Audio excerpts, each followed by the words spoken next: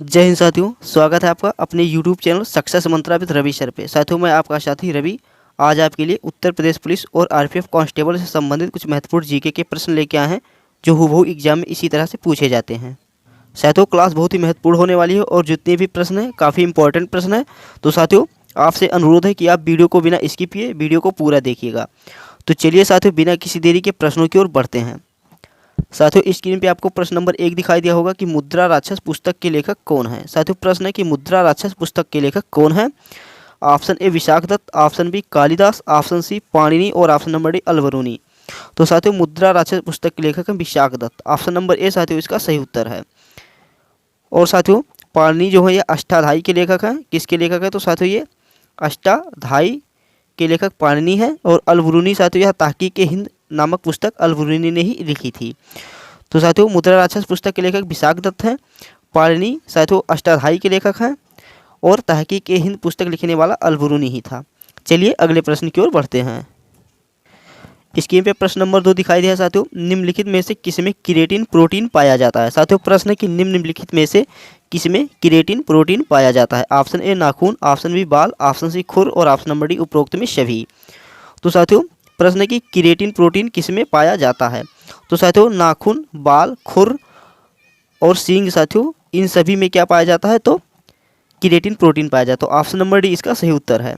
साथियों, option number D इसका right answer है कि केराटिन प्रोटीन नाखून, बाल, खुर और सींग इन सभी में केराटिन प्रोटीन पाया जाता है। चलिए अगले प्रश्न की ओर बढ़ते हैं। स्क्रीन पे प्रश्न नंबर 3 है। साथियों, जैन धर्म के प्रथम तीर्थंकर कौन थे। साथियों, प्रश्न है कि जैन धर्म के प्रथम तीर्थंकर कौन थे। Option A Rishabhdev, option B Ajitnath, option C Mahavir Swami, option number D Parshvanath. साथियों, प्रश्न है कि जैन धर्म के प्रथम तीर्थंकर कौन थे। तो साथियों, जैन धर्म के प्रथम तीर्थंकर ऋषभदेव थे। तो ऑप्शन नंबर ए इसका सही उत्तर है। और साथियों, महावीर स्वामी जी जो हैं ये 24वें तीर्थंकर थे। तो काफ़ी इंपॉर्टेंट है साथियों, महावीर स्वामी 24वें तीर्थंकर थे और ऋषभदेव प्रथम तीर्थंकर थे। चलिए अगले प्रश्न की ओर बढ़ते हैं।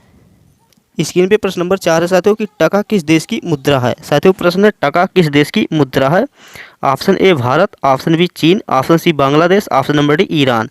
साथियों, प्रश्न है कि टका किस देश की मुद्रा है। तो साथियों, टका बांग्लादेश की मुद्रा है। ऑप्शन नंबर सी इसका सही उत्तर है।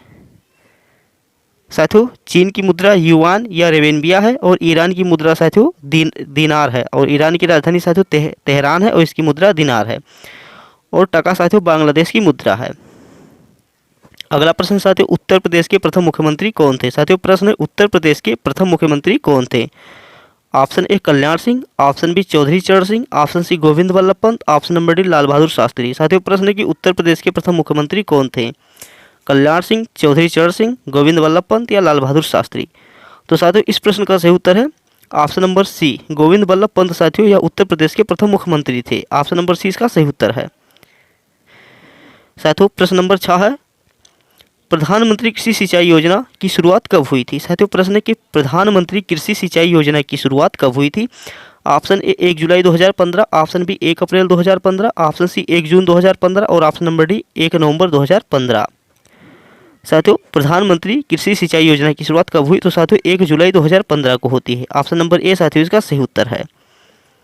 स्क्रीन पे प्रश्न नंबर 7 है, मैकमोहन रेखा किन दो देशों के मध्य में स्थित है। साथियों, प्रश्न है कि मैकमोहन रेखा किन दो देशों के मध्य में स्थित है।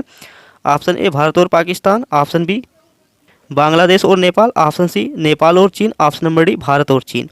साथियों, प्रश्न है कि मैकमोहन रेखा किन दो देशों के मध्य में स्थित है। तो साथियों, मैकमोहन रेखा जो है भारत और चीन के मध्य में स्थित है। ऑप्शन नंबर डी इसका सही उत्तर है। साथियों, भारत और पाकिस्तान के बीच रेडक्लिफ रेखा पाई जाती है और भारत और चीन के बीच में मैकमोहन रेखा पाई जाती है। चलिए अगले प्रश्न की ओर बढ़ते हैं। प्रश्न नंबर 8 है साथियों कि मानव शरीर की सबसे लंबी हड्डी कौन सी है। साथियों, प्रश्न की मानव शरीर की सबसे लंबी हड्डी कौन सी है। Option A stapes, option B femur, option number C रीढ़ की हड्डी और ऑप्शन नंबर डी इनमें से कोई नहीं। साथियों, प्रश्न की मानव शरीर की सबसे लंबी हड्डी कौन है।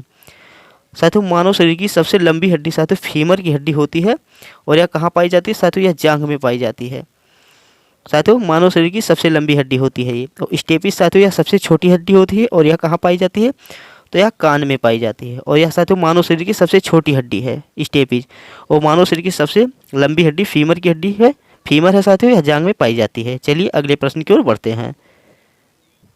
प्रश्न नंबर 9 है साथियों, स्टैच्यू ऑफ पीस भारत के किस राज्य में है। साथियों प्रश्न, स्टैच्यू ऑफ पीस भारत के किस राज्य में है। Option number A Gujarat, option number B Tamil Nadu, option number C Maharashtra, option number D Rajasthan. साथियों प्रश्न है, स्टैच्यू ऑफ पीस भारत के किस राज्य में स्थित है। तो इसका सही उत्तर है ऑप्शन नंबर डी राजस्थान में स्थित है। साथियों स्टैच्यू ऑफ पीस राजस्थान में स्थित है, ऑप्शन नंबर डी इसका सही उत्तर है। प्रश्न नंबर 10 है साथियों कि विश्व ओजोन दिवस कब मनाया जाता है। प्रश्न है कि विश्व ओजोन दिवस कब मनाया जाता है। ऑप्शन ए 16 सितंबर, ऑप्शन बी 12 मई, ऑप्शन सी 25 जून, ऑप्शन नंबर डी 9 नवंबर। साथियों विश्व ओजोन दिवस कब मनाया जाता है। तो इसका सही उत्तर है ऑप्शन नंबर ए 16 सितंबर को साथियों विश्व ओजोन दिवस मनाया जाता है, ऑप्शन नंबर ए इसका सही उत्तर है। बस साथियों प्रश्न यही तक थे। आशा करता हूँ आपको वीडियो अच्छा लगा होगा। साथियों अगर वीडियो अच्छा लगा है तो प्लीज़ आप हमारे यूट्यूब चैनल को सब्सक्राइब कर लीजिए साथियों, और इस वीडियो का लिंक अपने दोस्तों के साथ शेयर जरूर कीजिए। तो चलिए साथियों मिलते हैं किसी अगले वीडियो में किसी अच्छी टॉपिक के साथ, बेहतर से बेहतर कंटेंट के साथ। तब तक के लिए जय हिंद, जय भारत, वंदे मातरम।